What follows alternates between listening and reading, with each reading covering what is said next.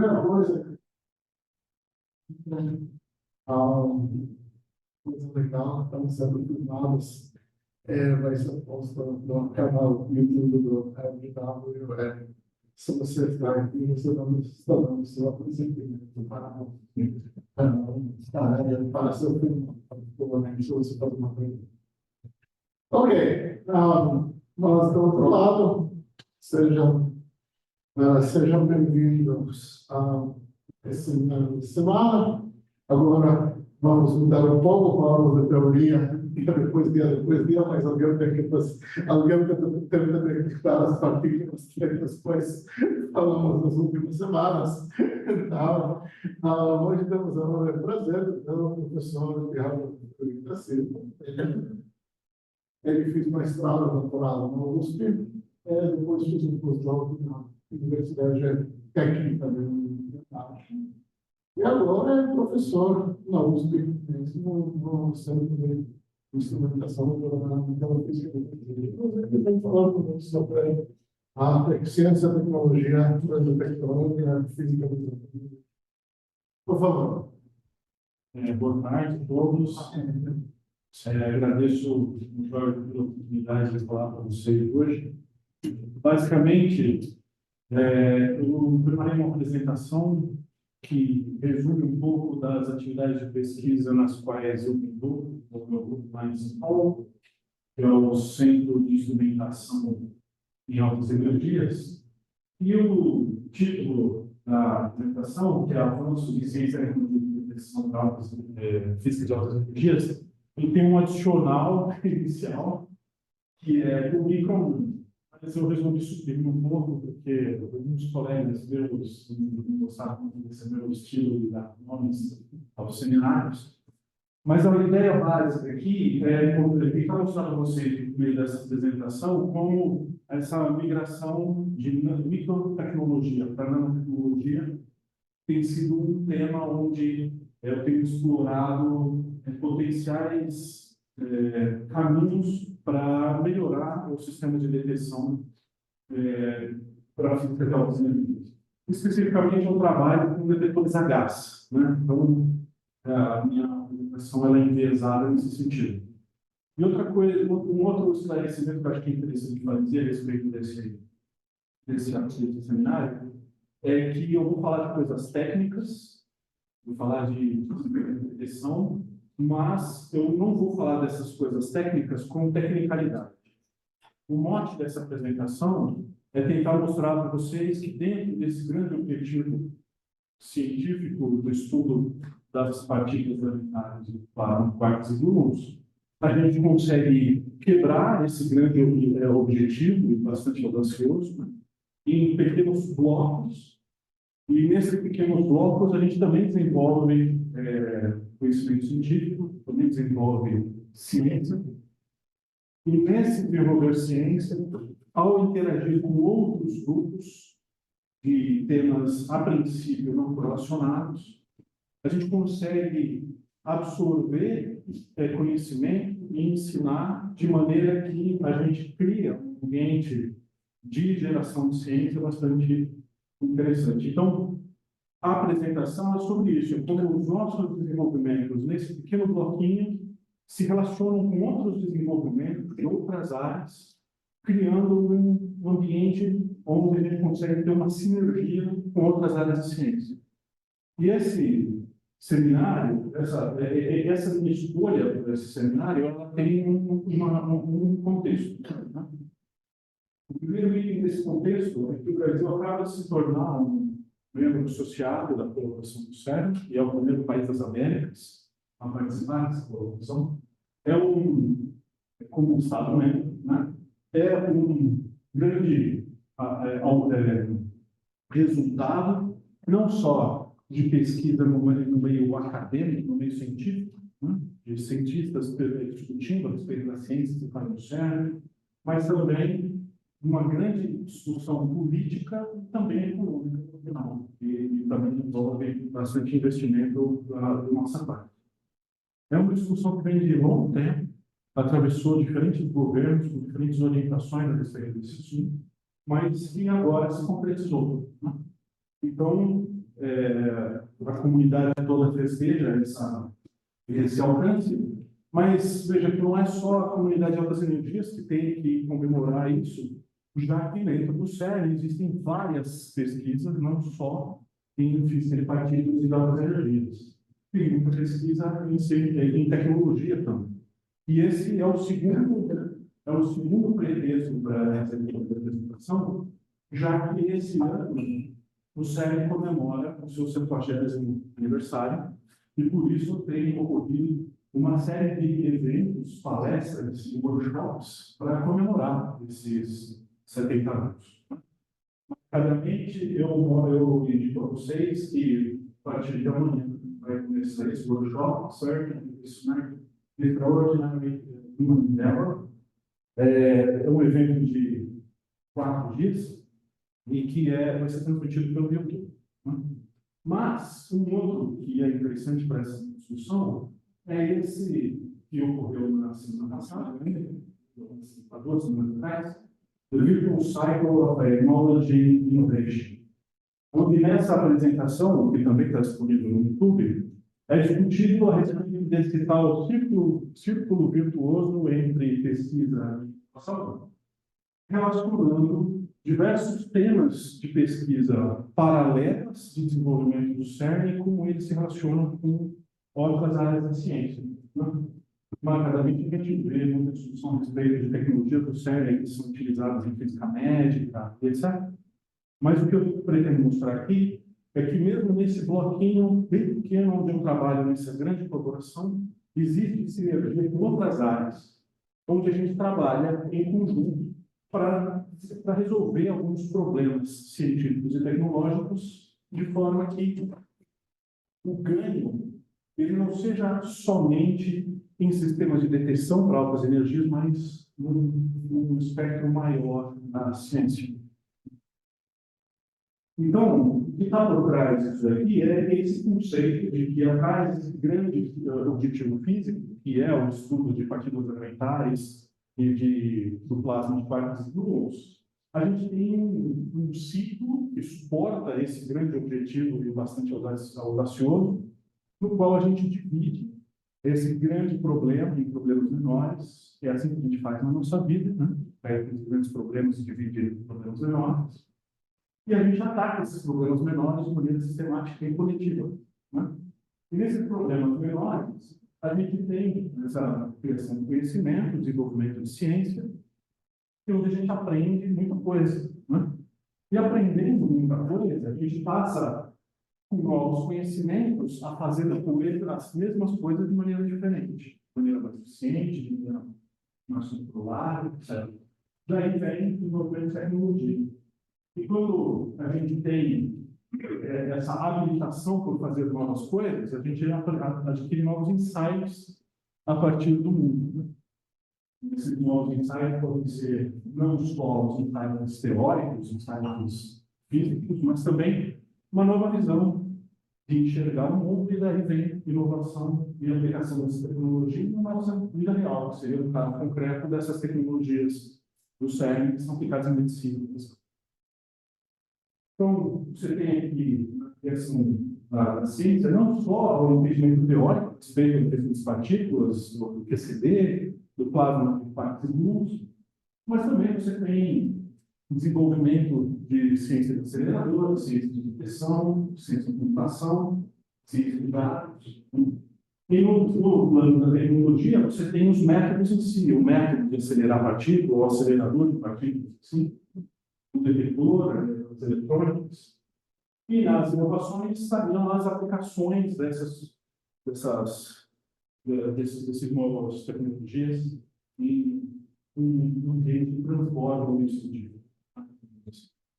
Então, o que eu vou tentar fazer aqui é delinear esse grande objetivo que está por trás do experimento Alice, como o experimento Alice incorpora detectores, e qual é a minha função ao tentar melhorar esses detectores e essa relação com outras áreas da ciência que eu tenho mencionado até agora. Então, nessa introdução, O experimento ARES é um dos experimentos, dos 4 grandes experimentos do LHC. Ele tem como objetivo o estudo do plasma de partes íons. E a ideia por trás desse experimento é que, ao colidir íons pesados de altas energias, você obtém uma região de densidade de energia muito alta. As partículas fundamentais que constituem os núcleos passam a existir em estado de não funcionamento, e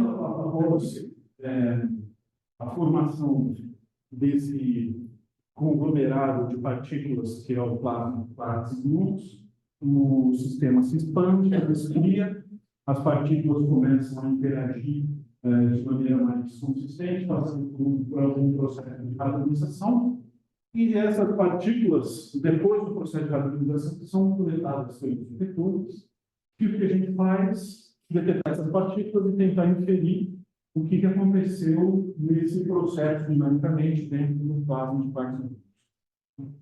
Então, essa é a motivação por trás dos experimentos. E a motivação ela se estende porque, estudando esse sistema, que é o sistema de produção de íons pesados, a gente modela o que acontece com o plasma de partes íons, como o que acontece também nos instantes iniciais do universo. Então, o grande objetivo é tentar entender a origem do universo, através do estudo do plasma de partes íons. Claro, entender a interação entre as partículas elementares. Mas como é que o experimento ALICE faz isso? Bom, basicamente, o experimento ALICE está desenhado aqui, ele é constituído como se fosse uma cebola, várias camadas de detectores, e o detetor do qual eu vou falar hoje é esse detetor de vermelho, que é a câmara de projeção temporal, em inglês, Time Projection Channel. E a partir de agora eu vou chamar esse detetor de TPC. Tá? Então, como é que funciona? Então, quando ocorre a colisão dos pesados no centro dos experimentares, são geradas uma série de partículas, essas partículas atravessam todas as camadas do detetor, inclusive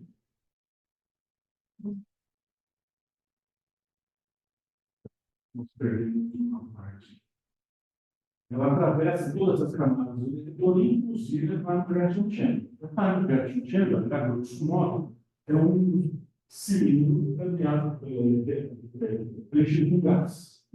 Então, quando as partículas atravessam essa região de gás, deixam um traço de ionização, dentro desse fluxo de gás também existe um campo elétrico, que é responsável por direcionar os elétrons para as entregues, quando essas câmaras do cilindro. Lá você tem uma tecnologia especial para registrar a chegada dos elétrons com sensibilidade à posição, mas também com sensibilidade ao tempo. Os elétrons se movem nesse gás a velocidade constante, de tal forma que, medindo o tempo, você consegue, por meio da velocidade de drift desses elétrons, saber a posição em Z desse tráfego de íons.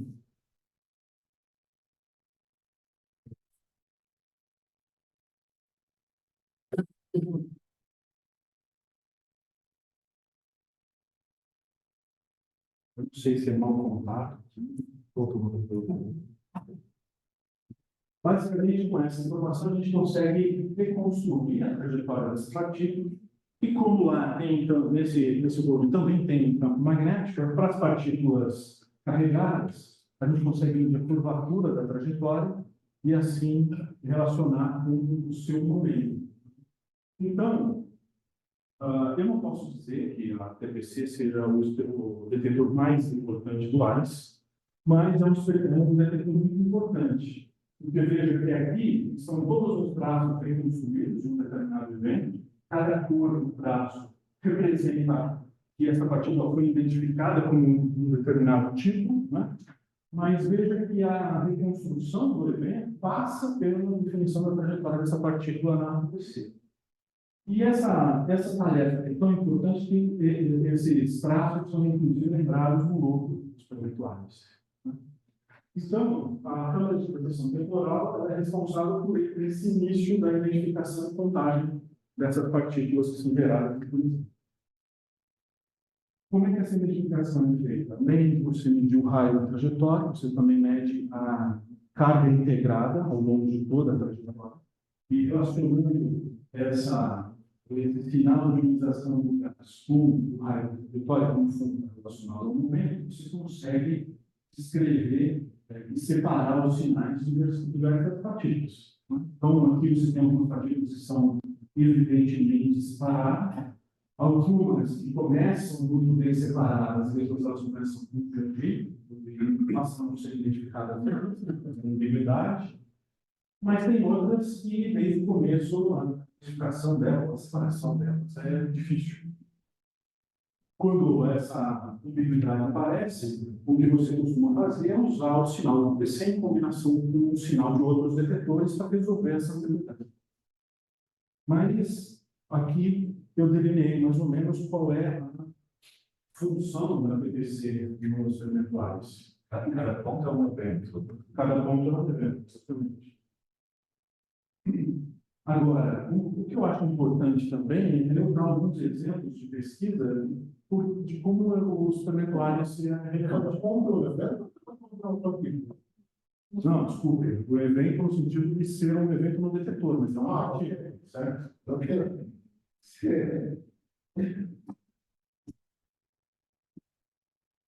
Também é importante eu mostrar aqui alguns exemplos de resultados do Alice para tentar mostrar qual é a física que está por trás disso daí.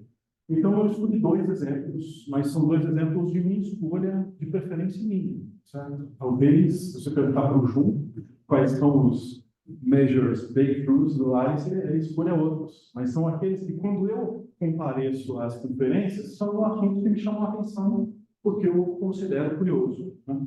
Um deles é a produção limitada de hadrons multi-strange, são hadrons que têm quarks do tipo strange na sua constituição, em alta multiplicidade em condições de próton-próton. Isso aqui é uma evidência da formação do plasma do quarks e gluons, mesmo na colisão de sistemas pequenos, de sistemas simples, como colisões de próton-próton. Esse é um artigo publicado na Microphysics, da Globus Max, e que é bastante importante, dado que se esperava a observação de plasma de quarks e gluons apenas em condições pesadas. Um outro exemplo, e é um exemplo bastante interessante, é o cálculo ou a medida da absorção ou da transparência da matéria ordinária ao anti-hélio 3. Né? Então, basicamente, nessa medida, o que se faz é comparar a trajetória do hélio 3 para a trajetória do anti-hélio 3. O anti-hélio 3, por ser um monte de partículas, vai se aniquilar no meio do caminho, sabendo mais ou menos o Z efetivo, o Z médio do material que constitui o detetor até o ponto do diferente claro, você consegue calcular uma espécie de probabilidade de aniquilação desse hélio 3 na matéria ordinária. Né?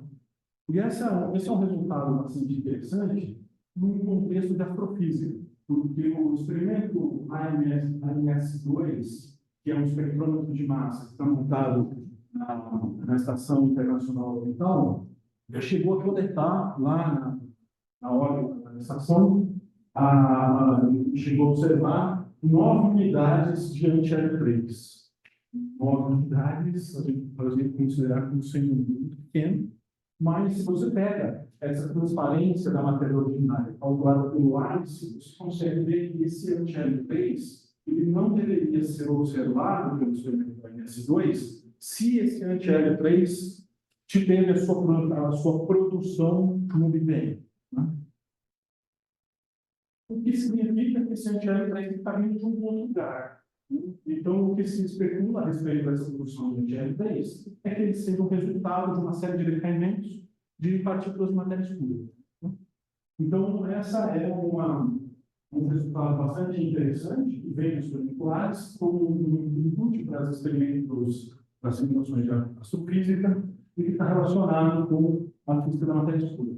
E aí tem uma série de outras medidas que têm que ser feitas, a absorção da matéria ordinária, o TMHP, o Braking Ratio desses elementos, que são coisas que fogem totalmente do escopo do meu trabalho, mas eu sempre acho muito interessante ver um resultado como esse, que é tão revelador a respeito da forma como o universo funciona.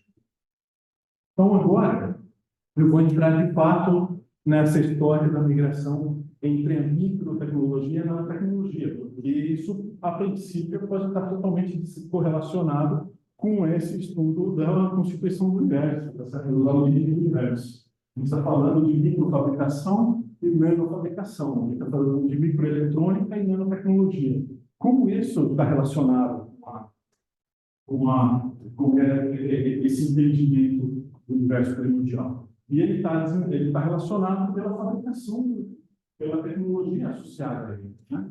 Então, veja, por exemplo, que eu mostrei que os elétrons ultraciônicos são direcionados aqui nessas tampas do cilindro, onde eles são coletados, numa tecnologia que é sensível ao elétron e à posição do elétron. Então, a gente consegue medir esse traço eletrônico do ar. Mas sobre isso.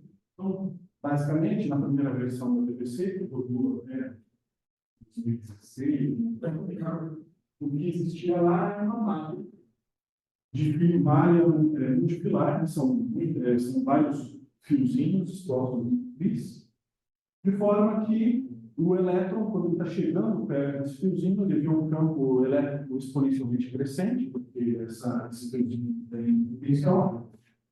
Ao subir esse campo elétrico, ele é acelerado, começa a colidir contra as moléculas de gás, produz uma avalanche de ionização. Esse avalanche é bom, porque eu tenho muitos elétrons.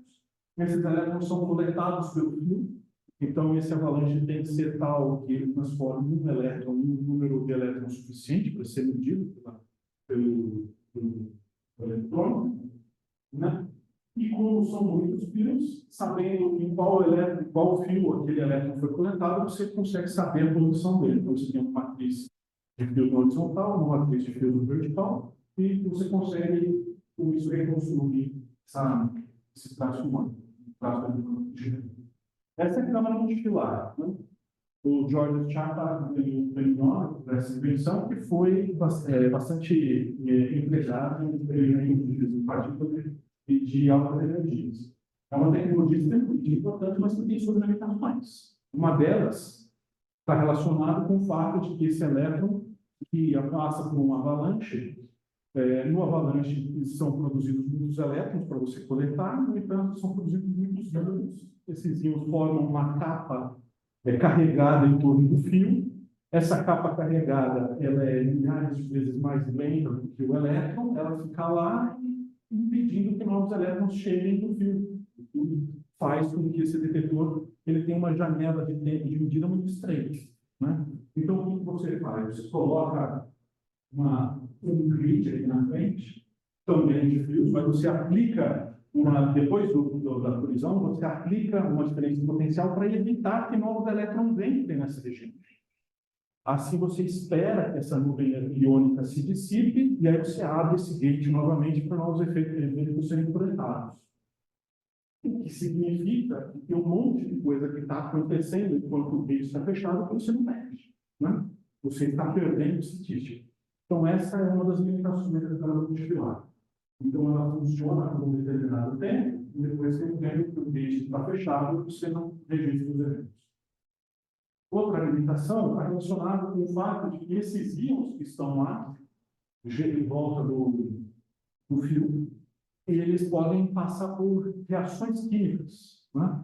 Um dos contribuintes desse gás é o CO2, né? Que é um gás que a gente usa de extintor de faísca, para controlar a lubrificação.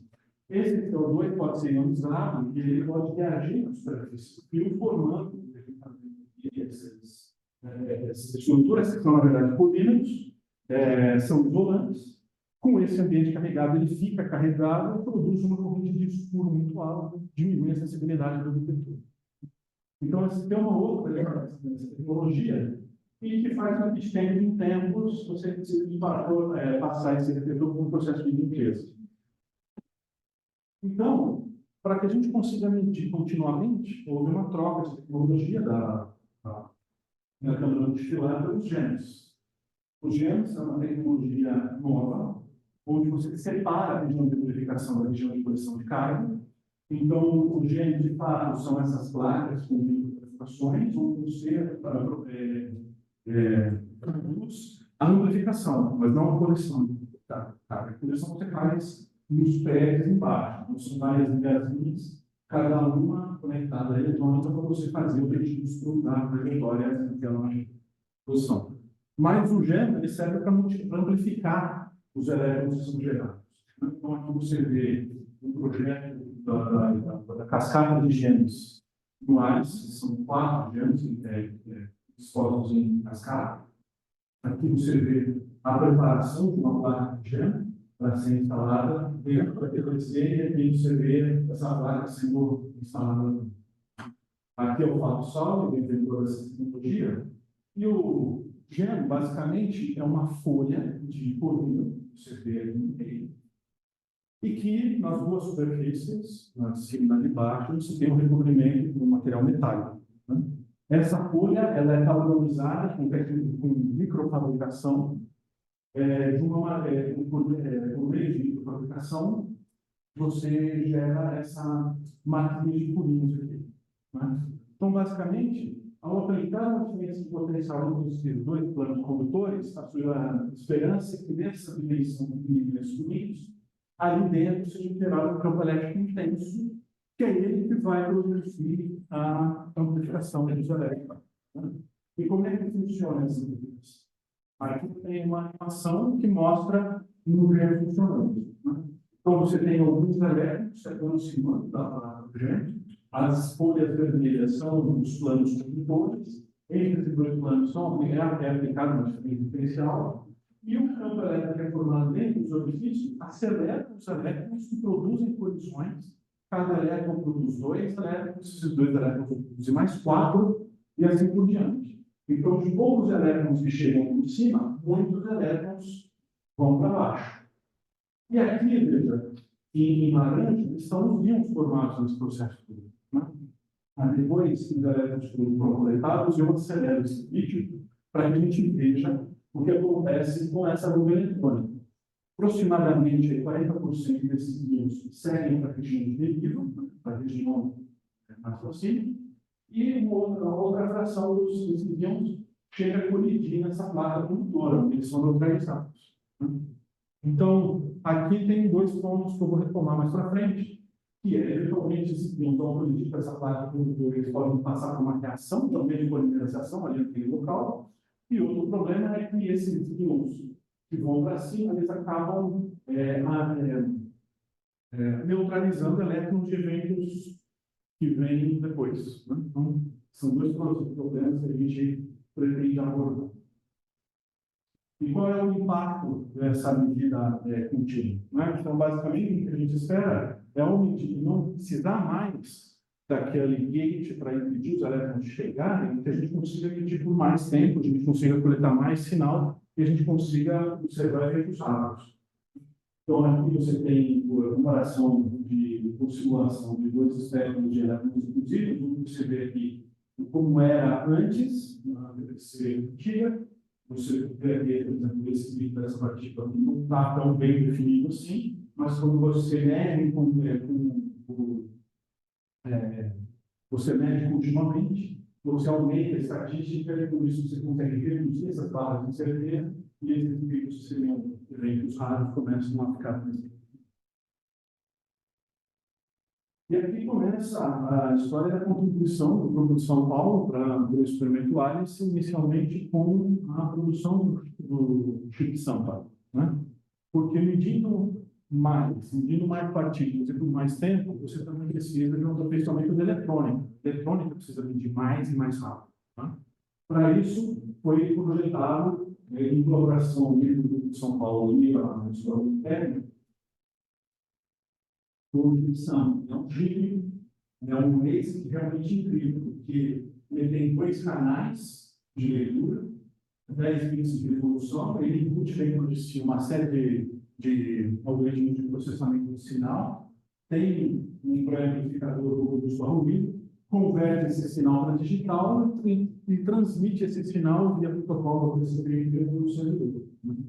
Então, esse foi um case de sucesso de interação entre os grupos, tanto de São Paulo, da Poli, quanto do CERN, que gerou esse produto que não só é o estado da arte para a eletrônica de aquisição em Transaction Chamber, como também habilita uma série de outros experimentos em altas energias. Esse sentido está sendo adotado em muitos outros experimentos e também tem campos de projeção temporal. Mas veja, que essa oportunidade de pesquisa gerou vários avanços, não só na física de altas energias, não é só o Einstein que tem esse estado da arte. Também houve ganhos dos grupos que colaboram. Por exemplo, uma série de ganhos no aprendizado e no desenvolvimento dessa tecnologia foram feitos pelo grupo da Poli, tanto de eletrônica robusta a ruído, como eletrônica robusta a radiação. E aqui tem uma história interessante para contar a respeito desse desenvolvimento, porque lá pela versão 2, o chip foi enviado para teste, um grupo de órgão detectou que esse chip tinha uma sensibilidade não aceitável para a radiação. Ou seja, quando ele era em um ambiente de radiação, ele apresentava instabilidades de funcionamento. Né? Isso foi reportado, então começou a se elaborar uma série de experimentos no acelerador Teleton, que fica lá no Instituto de Física, onde vários setores desse chip foram irradiados, e o que se observou é que essa suscetibilidade de radiação varia em determinado componente que estava relacionado com a memória desse chip. Então, ao mudar o tipo de memória que era instalada nesse case para a versão 3, ou 4, você aumentou algumas vezes a radiação. Então, veja que esse interação entre o grupo de São Paulo, o grupo do Pérez, o CERN, o grupo de Oslo, gerou como um side product a experiência do grupo da Poli de desenvolvimento de chips eletrônicos que tem uma certa robustez da radiação. É claro que a robustez da radiação é um assunto muito abrangente, e aqui é apenas só esboçando uma parte dessa história. Mas que também não está no horizonte de projeto desse grupo. Então, existe esse ganho que, como eu comentei no começo da apresentação, ele é um ganho acessório, um ganho muito bem-vindo e que está gerado por essa necessidade que foi demanda dos experimentares. Uma outra atividade que a gente faz lá em São Paulo é usar esses detectores do tipo GEM, essas placas de aplicação do tipo GEM, para produzir sensores com aplicações fora da altas energias. Então, aqui, por exemplo, esse sensor GEM foi usado para fazer detectores entre a posição e a energia de raio-x para um imaginador de fluorescência. Então, o raio-x incide na amostra, emite o raio-x característico, esse raio-x característico passa por um pouco, uma seleção biométrica, os raios-x que atravessam o detector, e aqui você tem a imagem do material que foi iluminado, apenas olhando a fluorescência, e assim você consegue fazer atribuições de materiais nessa imagem espectral. Então, esse foi o mestrado, orientado pelo Hugo Naval-Luz, que é um tipo motor e que mostra uma possível aplicação desse GEM fora das altas energias.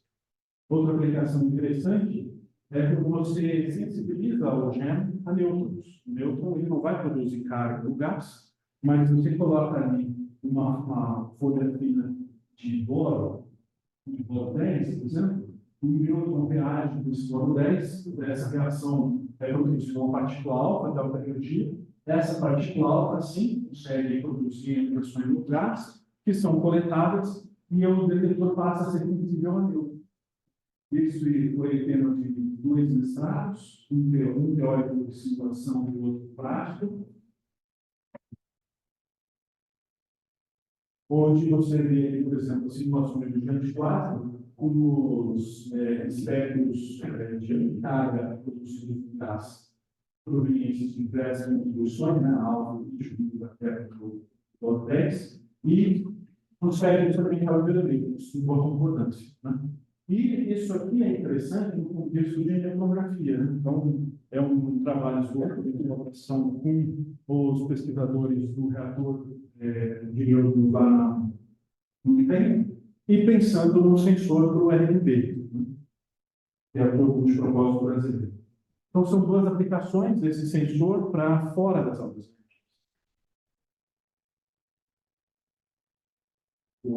A bateria do meu. Então, muito bem, então nós temos um desenvolvimento de aplicações tecnológicas desses sensores, nós temos a eletrônica para fazer a aquisição desses dados, mas uma coisa que nos escapa é a produção desse gene, né? O gene é produzido no cérebro, lá eles têm uma infraestrutura dedicada para a produção desses genes, e ele é produzido por uma técnica de litografia ótica, né? Existe em ambos os lados, existe uma matriz que vai imprimir essa matriz de fluxos que existe, esse padrão é revelado, e a carga se faz o ataque da folha com um ácido. Você tem duas maneiras de produzir isso. Um ataque dos dois lados, que vai produzir uma cintura, que se perfil do furo, mas você também pode fazer um ataque de um lado só, que produz um perfil cônico para esses furos. Então, essa é a técnica consagrada que é desenvolvida lá no CERN, e se você quer comprar o gene, você pode encomendar do CERN, do tamanho que você quiser, paga o preço do CERN, e aí você pode fazer a sua operação. Mas a pergunta que eu estava tentando responder é como é que a gente pode nacionalizar essa produção e, eventualmente, desenvolver algo científico a partir disso? Porque essa técnica aqui já é consagrada, essa técnica aqui é uma receita que você segue, você compra os dispositivos e executa essa receita. Agora, como é que a gente pode fazer isso de maneira inovadora? O mais importante ainda na pergunta que eu estou tentando responder é como é que eu posso ter uma técnica de fabricação que seja acessível para os meus alunos, de forma que eles desenvolvam a sua matriz de furos, eles perfurem essa matriz nesse padrão e possam testar novas geometrias, né? E é para isso que a gente tem que trabalhar uma técnica de ablação laser. Então, aqui, basicamente, você tem um laser pulsado de alta potência e ele acaba produzindo essas estruturas, evaporando o material ali, né? E aqui tem um problema tecnológico, um problema de abordagem, porque você tem as camadas condutoras, que cobrem um calor muito rápido, e você tem um polímero. São dois materiais que você, do ponto de vista da ablação a laser, você trata de maneiras diferentes. Então, tem que ter uma certa precisão para você saber quando acabou o fio metálico, como você deve começar a tratar a amostra com polímero e voltar a tratar com polímero depois. Então, basicamente, eu tenho interagido com outro grupo também do Escola Politécnica, que tem um laboratório de fabricação 3D, né? E esse é tem sido um tema interessante de pesquisa, de mestrado no ano meu. Então, basicamente, a gente tem usado esse sistema de laser e tem produzir uma série de adaptadores para melhorar a performance desse sistema.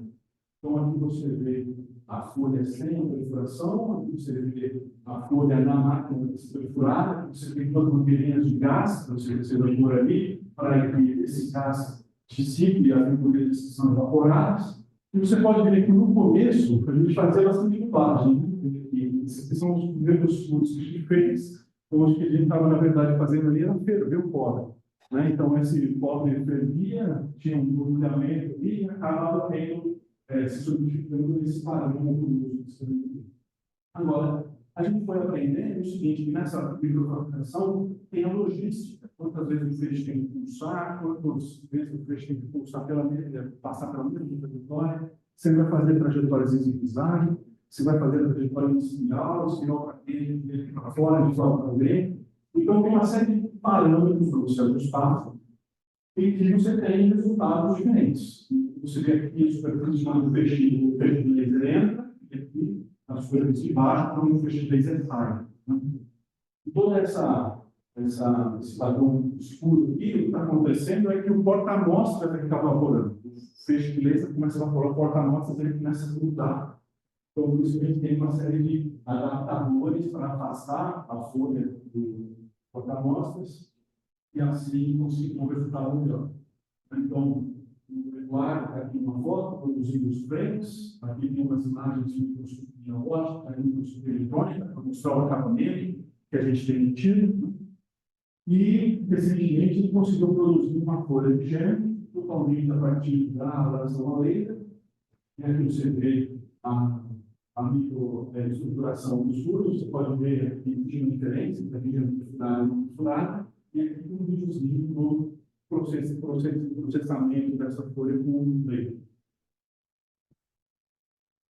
Então, essa aqui é uma interação da minha pesquisa com esse grupo da Poli, que é o Centro de Ondas Milimétricas. Eles estudam, eles produzem dispositivos tridimensionais, né? Por meio de ablação laser, por meio de outras técnicas de microfabricação. O objetivo deles aqui é produzir antenas para ondas milimétricas. Então, aqui está um exemplo de uma infraestrutura muito parecida com o que a gente produz. O que você vê aqui nesse padrão na verdade, variações de diâmetro desses furos, só tem uma barra de silício. Isso aqui é uma lente para terahertz, que é produzida num processo semelhante ao que a gente falou. Então, nessa interação, a gente tem aprendido muito desse centro de ondas milimétricas e ele tem ajudado a gente a produzir esses gêneros por essa rota de avanço aqui. Mas a gente quer ir além um pouco disso. A gente não quer só produzir os gêmeos da maneira como o CERN produz e os resultados que o CERN tem. O que a gente quer habilitar é uma nova geração desses detetores visando novos experimentos. Um deles, uma dessas coisas, é com relação àquela nuvem eletrônica, a nuvem iônica que segue para a região de deriva e que acaba mitigando sinais de novos eventos. E como é que a gente pode acabar com essa nuvem iônica? Bom, a forma como eu estou tentando abordar isso é através de melhorias da técnica de microfabricação. Para a gente procurar uma geometria que suprima essa nuvem iônica que vai para a região de deriva, a gente precisa de uma técnica de prototipagem rápida.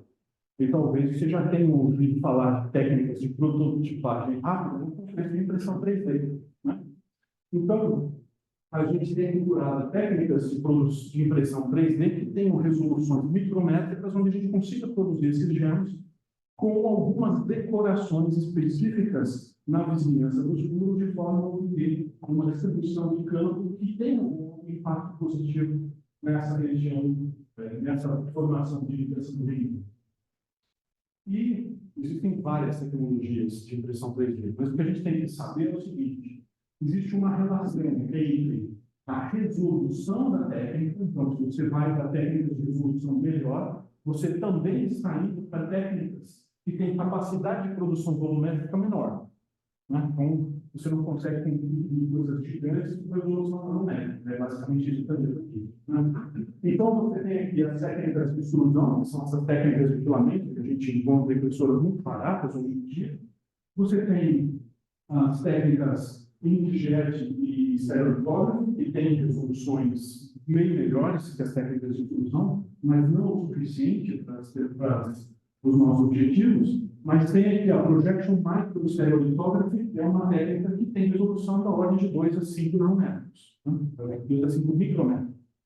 Existem técnicas melhores, no entanto, com um volume de produção muito inferior. Né? Essa técnica, projection micro stereolithography, é disponibilizada para nós por Universidade Norte. Lá tem o Centro de Manufatura Aditiva, que é um centro incrível. Eles têm uma infraestrutura de métodos computacionais para estudo tanto das resinas quanto dos métodos de fabricação, estudo dos materiais para melhorar a performance de resina. Por exemplo, eles têm resinas desenvolvidas lá para imprimir em polimida, que é um material muito importante para a gente. Eles têm também uma série de pesquisas nos processos, nos movimentos das máquinas. O que eu acho bem interessante é que eles têm uma seção, um grupo de pessoas dedicada à interface entre os desenvolvimentos desse centro com a indústria. Então, a gente tem trabalhado junto com eles para desenvolver a projection micro stereolithography para a produção de gêmeos. Acontece que a projeção do cérebro todo, você vai produzir um gene que tem o tamanho de uma malha de um dedo. Esse tamanho, assim, sempre bem pequeno. O que não é nem de longe suficiente para que a gente produza algo relevante para uma TPC do tamanho da TPC do Ares. Mas ela é interessante para a gente estudar as geometrias. Então, a gente estuda a geometria nesses protótipos pequenos, vê os impactos dessas decorações e para depois partir para um estudo de fabricação em massa. Então, o que a gente pretende fazer é trabalhar nesse ciclo de design, prototipagem e caracterização, para depois ter a geometria proposta e vá para o estudo de produção em massa. Bom, o que eu estou querendo dizer com tudo isso? Veja só, à esquerda eu estou comparando o funcionamento de um gene convencional, né? Um gene sem nenhuma decoração. E à direita, eu estou comparando a performance de um gene com essa decoração, que é um anel que fica na vizinhança do fluido, né? Em princípio, quando você vê os elétrons, não existe uma diferença fundamental na propagação deles. Agora, no biônica, existe uma diferença, porque esse anel ele restringe os danos causados por esses íons no plano metálico. Então, enquanto a estatística de íons que se propagam para regiões mais distantes do fluido, ocorre em grande frequência no gene convencional, aqui nesse gene mais feature, eles acabam correndo em cima do anel com a maior frequência. Esse é um exemplo de uma possível otimização que possa ser ganha por meio de uma produção de uma decoração ali na região do sul, né? Então, a gente tem esse troço aqui está tirando a minha atenção.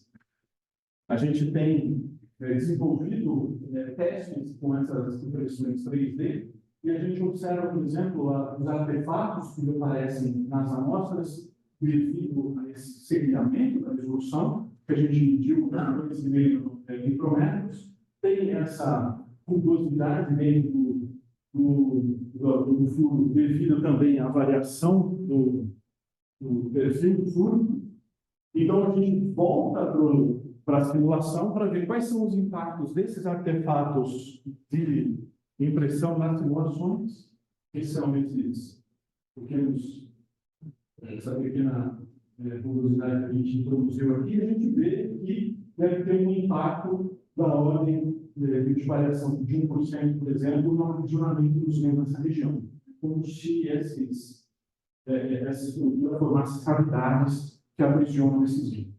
Veja, 1% aqui significa que, ao comparar um gene impresso por essa técnica de impressão 3D, eu devo estar dentro da margem de incerteza, de forma que a técnica não seja a diferença entre um gene convencional e o gene convencional, geometria convencional, mas produzido por isso. O que significa que eu posso continuar nessa rota de pesquisa e assim tentar desenvolver novas otimizações. Então, aqui tem algumas imagens mostrando uma tentativa nossa de produzir esses anéis. Você vê aqui que tem essa diferença da resolução da impressão 3D. E o desafio atual do meu doutorado é como produzir a impressão multimaterial. A impressão multimaterial é algo que está sendo desenvolvido lá na Universidade de Nottingham, mas a gente também tem que tentar fazer isso com técnicas convencionais de produção química. A gente observa aqui, por exemplo, que há contaminação que a gente pega no fundo, o que deve diminuir a exposição elétrica. Precisa melhorar isso. Certo? Bom, da impressão 3D, como é que a gente pode extrair algo prático para fazer isso? Veja que a impressão 3D ela evolui muito rapidamente. Esse grupo aqui de novo acaba de publicar um artigo mostrando que eles conseguem produzir um tamanho volumétrico de peça muito maior, com uma resolução comparável com as técnicas anteriores. Bom, isso aqui dá um indício de que em alguns anos, ou eu vou estar produzindo um gene do tamanho necessário do ALICE com resolução micrométrica, ou eu vou continuar produzindo genes pequenininhos, só que com resolução nanométrica. Né? Ou seja, se a gente esperar um pouquinho, pode ser que a gente tire vantagem desses novos desenvolvimentos de impressão 3D. Bom, e a interface com a nanotecnologia. Se você for ver o último relatório do Comitê Europeu para os Aceleradores, existe uma série de tópicos de desenvolvimento de pesquisa ingênuos para o futuro CPC. Aqui você vê uma série de experimentos, o FCC, IIC, LSD, que são necessários, desenvolver essa tecnologia para que esses grandes experimentos atinjam os seus objetivos físicos. E aqui eu circulo alguns que estão relacionados ao fluxo dos íons, estão relacionados à capacidade de taxa de registro de alimentos, e também relacionados à radiation hardening, a longevidade do. Né? Então, fazer com que esse detetor dure mais é uma tarefa importante para os nossos futuros experimentos. E esse durar mais está relacionado com aqueles íons que acabam colidindo no condutor superior. Né? A gente tem desenvolvido uma série de pesquisas de como são formados esses isolantes, essa polarização que acontece na superfície do corpo. E nessa interação, tentando estudar isso, a gente tem feito uma série de parcerias, cada um com a sua expertise. Tem gente medindo sensor de choque de ionização, tem gente medindo reações de fogo, tem gente medindo a absorção na superfície. E o que a gente percebe é o seguinte: essa reação do CO2 com a superfície do corpo não é um problema só nosso. É um problema que tem uma escala econômica gigantesca, porque ele está associado com uma certa reação de catálise de óxido-redução do CO2 na superfície do corpo. Ele está relacionado com a transformação do CO2 do ar em etanol. Então, veja só, existe muita pesquisa teórica e experimental em como aumentar a taxa dessa reação para que você consiga tornar possível a transformação de CO2 da poluição atmosférica em etanol, em última instância, em energia limpa. Acontece que, quando a gente está no contexto dos gêmeos, o que a gente tem é evitar essas reações, certo? Então, a gente está indo em direções opostas. O que faria a gente acreditar que, essencialmente, nós não temos nada a ver com eles, já que nós temos direções opostas. Mas o que é importante verificar, por exemplo, é que esse artigo mostra que essa reação ela só é possível se você tem a presença de hidrogênio na atmosfera, naquele gás que está ali. Isso significa, para mim, que dentro do TPC do Alice, eu tenho que evitar hidrogênio ao máximo, certo? Só que o polímero isolante dentro do gênero tem um monte de hidrogênio.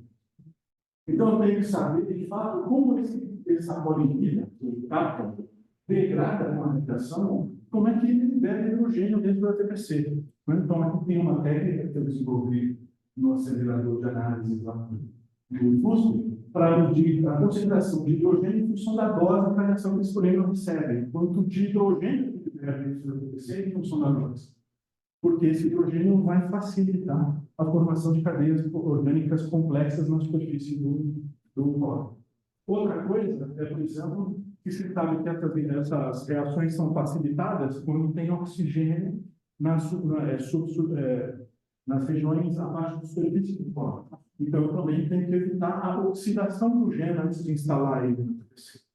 Então, são esse tipo de pesquisa de física de superfície, de nanotecnologia, que tem feito com que a gente tenha insights a partir dos materiais para pensar em futuros experimentos. Um último exemplo aqui é uma colaboração que a gente faz com o IPL, onde a gente mede as espécies moleculares que são observadas na superfície do corpo. A gente usa uma técnica extremamente sensível, que chama TOF5, Time of Flight Secondary Ion Spectrometry. E o que essa técnica é fantástica para a gente, porque, usando os algoritmos de inteligência artificial, a gente consegue separar as contribuições de diferentes contaminações que tem em cima do gênero. Não só as contaminações que vêm do funcionamento, mas também as contaminações ambientais. E se você olhar os artigos a respeito da degradação desses gêneros, integram o carbono de todas essas contribuições, do funcionamento ou do impacto. Então, quando a gente olha para a contaminação e funcionamento, a gente vê essa assinatura de C5H11NO, que é uma molécula gigante. É uma molécula gigante. Como é que essa molécula gigante foi parar ali naquela superfície de gênero? E como é que dessa molécula, desse gênero, que funcionou numa mistura de argônio com C4, como é que foi? Como é que tinha tanto nitrogênio lá? A questão é a seguinte: essa molécula não foi gerada. Essa molécula, ela é uma assinatura da poliimida. O que está acontecendo é que o cápsula que está sendo erodido da superfície interna do furo está se depositando na superfície dos eletrodos, produzindo essa camada isolante. Então, a gente tem que pensar em maneiras de evitar que os avalanches façam a erosão da poliimida. Então, para isso, a gente está desenvolvendo um arranjo experimental para estudo mais controlado da degradação desses gems. Existe uma série de estudos de simulação de fluxo dos poluentes. E aqui, por exemplo, você vê como o poluente gerado dentro dos orifícios, eles se propagam dentro da nossa câmara de gás. Né? Então, você vê que todos esses poluentes, da entrada aqui e a saída aqui de gás, eles se acumulam nesse campo, né? Fazendo com que haja uma distopia, certo? Por isso que os estudos de degradação de gás são tão inconsistentes. Né? Você vai nessas conferências, tem gente que vai lá, por exemplo, falar: meu detetor funcionou por 20 anos, eu não tive nenhuma degradação. Tem gente que vai lá: meu detetor funcionou por 1 hora e foda, então não vou imputar o negócio. Porque essas propagações de poluentes não são levadas em consideração. E a gente acabou de adquirir esse espectrômetro de massa, pressão ambiente, justamente para fazer um estudo desses poluentes e como eles são gerados lá dentro do gênero. E isso tem uma relação muito importante com uma área inesperada, que é a análise de bens culturais. Esse acelerador que vocês estão vendo aqui é um acelerador que está localizado no subsolo do Louvre, do Museu do Louvre. Então, lá eles usam esse peixe de prótons para fazer análise de obras de arte, culturas, esculturas, etc. E o problema que eles trouxeram para a gente é o seguinte: dada essa expertise que vocês têm da análise desses resíduos do gás, como é que a gente pode fazer a análise do gás que sai dessas obras de arte quando a gente irradia nos bancos? Então, essa nossa interação, esse nosso desenvolvimento com relação à análise do gás, tem uma relação com esse desenvolvimento de análise de bens culturais, que é, em princípio, uma relação não esperada. Bom, a gente tenta, de certa maneira, pegar esses desenvolvimentos e espalhar eles pela comunidade científica. Aqui você vê, por exemplo, a grande aula de verão do Jornal do Museu de 2022, onde a gente ensinou técnicas de simulação, de produzir telefone a partir de uma latinha refrigerante. Aqui é um campeonato da Virgínia que tinha a melhor resolução da latinha de refrigerante lá, na oficina de montagem dos gêmeos, e foi uma escola bastante diversa, com gente de várias instituições, e tinha gente do Chile, da Itália, fazendo isso. Então, é uma maneira que a gente encontrou fazer esse transbordamento do que a gente tem aprendido.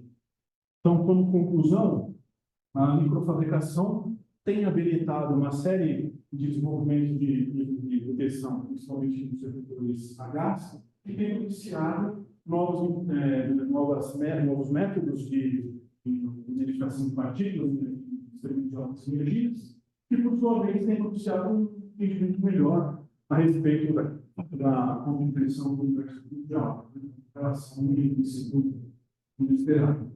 A produção dos genes, a gente tem entendido que é bastante desafiador.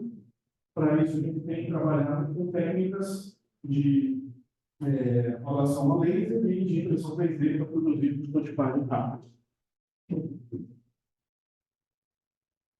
Além disso, a gente tem explorado diversas técnicas e conhecimentos de física de superfície e nanotecnologia para tentar melhorar a performance desses GEMs para futuros experimentos. Tanto tentar fazer com que eles resistam mais ao tempo, quanto fazer com que eles suprimam melhor os íons da nuvem iônica que acaba prejudicando novos elementos. Bom, então, é isso que eu tinha para apresentar.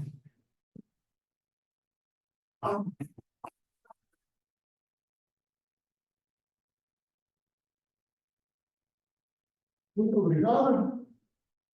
Alguém tem perguntas?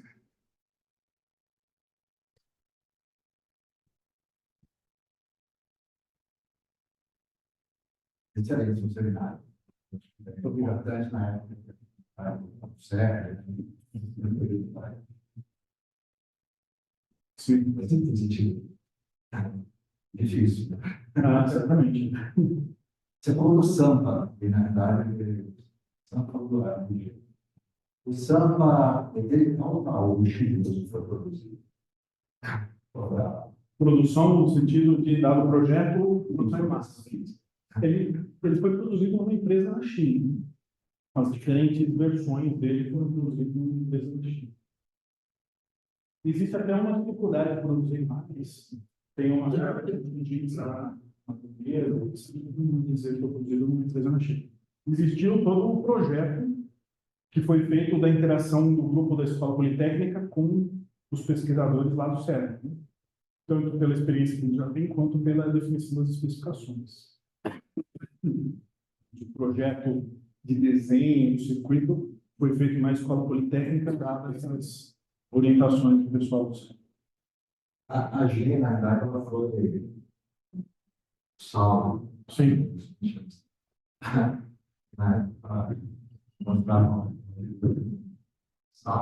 Não, não sei, não sei, não, né?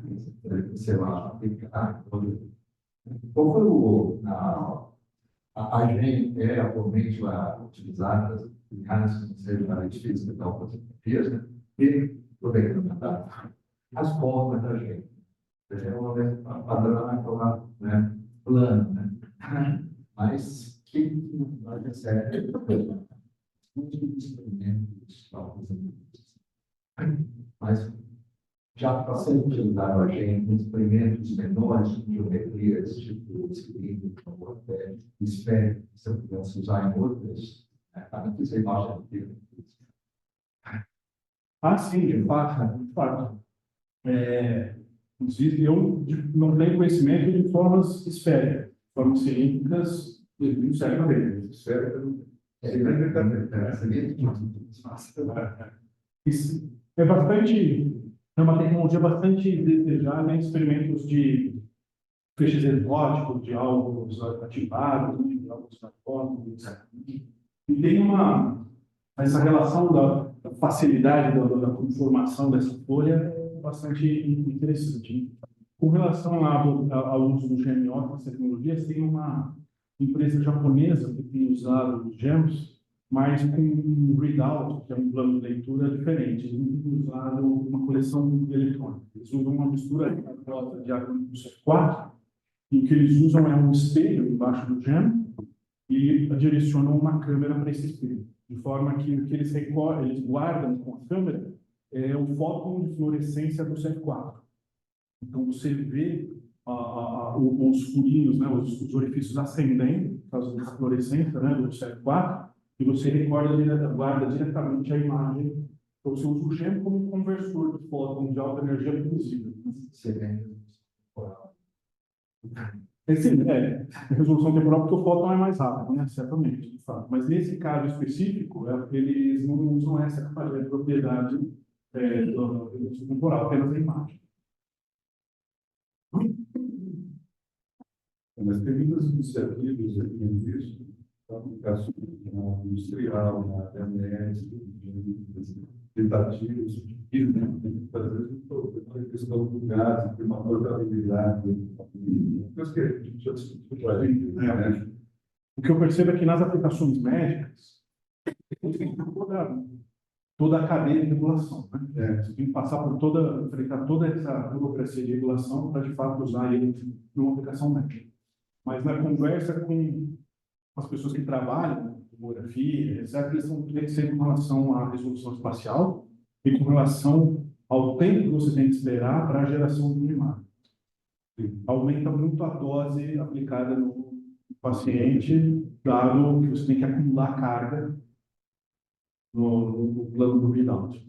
Por exemplo, no caso do morcego, o morcego, para fazer aquela imagem, você leva 4 horas. Exato, naquele contraste, né? Exato. Felizmente, o morcego está morto. Então tem sido o que eu tenho obtido nessa discussão com aplicações na medicina, né? Tem a resolução espacial, que com os CCDs, você tem 30, 40 micrômetros de tamanho de pixel, que você vai conseguir resolução espacial de 100 micrômetros, meio milímetro, é mais fácil de fazer, né? Tem uma coisa que eu acho que é interessante, são as tomografias que eles chamam de dual energy ou multiple energy, sei lá, onde você tem não só um sensor sensível à posição, mas também sensível à energia, né? Então, essa seria uma tecnologia para baratear a aquisição de imagens com resolução e energia. Está certo que a energia aqui, a resolução de energia, não é comparável com a detectores de silício, mas nessas tomografias de dual energy, você precisa de janelas muito grandes para receber energia. Você só precisa de alguma diferenciação se a energia for muito alta ou muito baixa, né? E aí você acaba fazendo a composição da tomografia dessas duas energias de fóton, que traz uma resolução, mais detalhes enzimáticos. Barateria. Barateria. Essa questão da dose necessária para ter uma imagem com contraste é que tem sido um problema.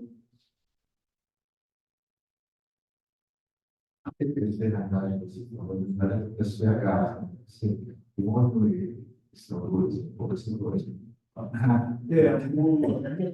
caso da TPC, é uma mistura que é CO2 com nitrogênio e um outro gasóleo que não é. Você tem atualmente as TPC gravando ali. Isso, que são para. Tem várias aplicações, mas que são mais consagradas são para a busca de matéria escura. Então, tem situação de matéria, né? O pessoal já está pensando em fazer uma TPC da política para os clientes de feixe. Eu não conheço, eu conheço as medidas com arcônio líquido que são para medidas de raios cósmicos, né? De coisas que vêm do espaço, não de aceleradores, isso eu conheço. Aí está um pouco relacionado com o assunto anterior, né? Da dose, da quantidade de dose que você precisa para ter uma imagem de alto contraste. Porque quando você tem o gás rarefeito e o silício dentro, você tem muito mais átomos por centímetro cúbico para produzir o sinal ali, né? E quando você vai para a TPC de argônio líquido, o que você está fazendo é aumentando a quantidade de argônios por centímetro cúbico para tentar aumentar a eficiência quântica. Sim, aumenta a quantidade de portadores de carro. É um ponto fundamental. Eu acho que para grandes experimentos é totalmente inviável. Pensando em dados, depois pensar em TPC de argônio inviável, do ponto de vista técnico, eu acho que isso é local. Olha, eu não considero mais viável do que as discussões, por exemplo, com átomos de hidrogênio. Com átomos de hidrogênio. Então, quer dizer, enfim. Na verdade, essa velocidade é uma do tamanho do Sim. o dele você precisa maior considerador. Você consegue equivalente, mas com uma resolução melhor. Eu acho que mais dificuldade para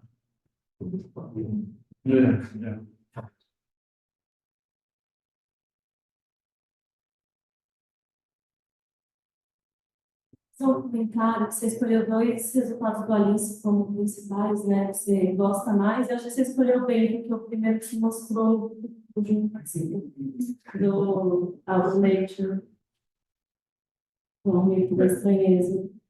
Você falou que talvez eu não escolheria outros, mas eu acho que eu escolheria o mesmo. Eu queria fazer um comentário que é tacar fogo, tudo, mas realmente não fica. Agora eu preciso daqui. Ele colocou o paper que vocês quiserem, que saiu no rede.